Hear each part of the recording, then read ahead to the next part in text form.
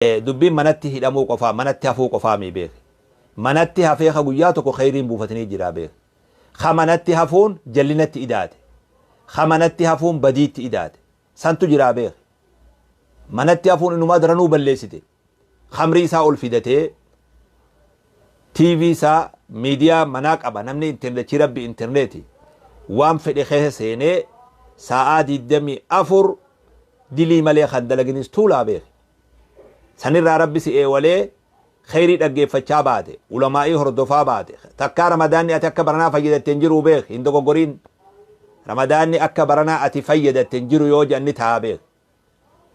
ramadaanni qalbii takkaan taraawiya salaatte ramadaanni qalbii takkaan zikrii goote ramadaanni qalbii takkaan quraana qaraatte ramadaanni qalbii takkaan maatii tee wajji furte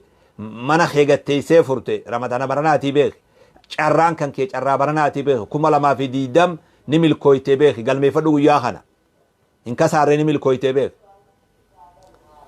yaatiihaa rizquhaa ragadan min kulli makaanin waan biroo keessa illee nannaqin amma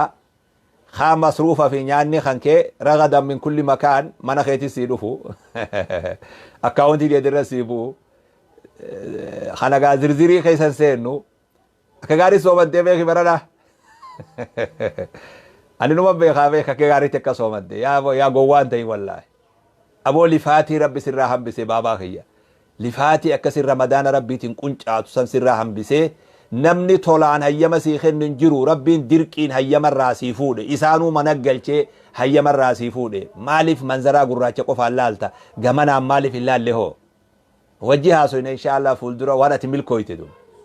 hedduu milkooyte beek soomana teessee soomante atoorartee beek ni atoorartellee beek ni axeerarte sii beek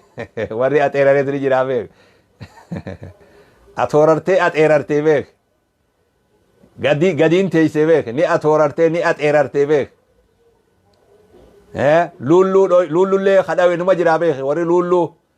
warri lulluutis ni jiraa beek afaan kana namni hundi hin beeku jechumaaf hin jemalee shayni akka namaa jaleen jedhu lullullee kadhawe tuulaa beek maamaa kiyya ما شاء الله والله الدوب الكويتي ربي سي والله الجسر الحمد لله جي والله اني ونسين جو شكري ربي دقتين الحمد لله جي بوليسو نجيان سي سومن سي اسبو دمو ربي سرها خاص دوب اما خلاص ايدو ما وجين غره جيتي تي سي حبوب باس دوب امو سومن اك غاري سومن تسوتا وجها سينا غري غرتي ولا ساسنا اك نمن دغيني سلا يا ربي امتو وان اكران ودي بي سجتاو بر سلا غا اوف ابارون انتادو مالي يا ربي امتو وان كانوا قول لي جتابي كو رمضان نغي سنيله وان جاني ايدتنا بودا نغي ان سي حبوب باسو سومن اك غاري سومنتي سوتا غرتي ولا ساسني وجها سوينا يو جيرون جيراتي غرتي ولا ساسنا اك نمن دغينجتي اساسنا قينسا فيچ ابسنا بك قينسا فيچ ابسنيتم حساني ندوا بغا غمدان بغا غيا خنغيسان ان شاء الله تعالى gama jumbaatiin deema yoo dhiyootana waayifaan nu duraa hookkole yoo rabbi nagaa nu taasise gaa iida wajji goonaa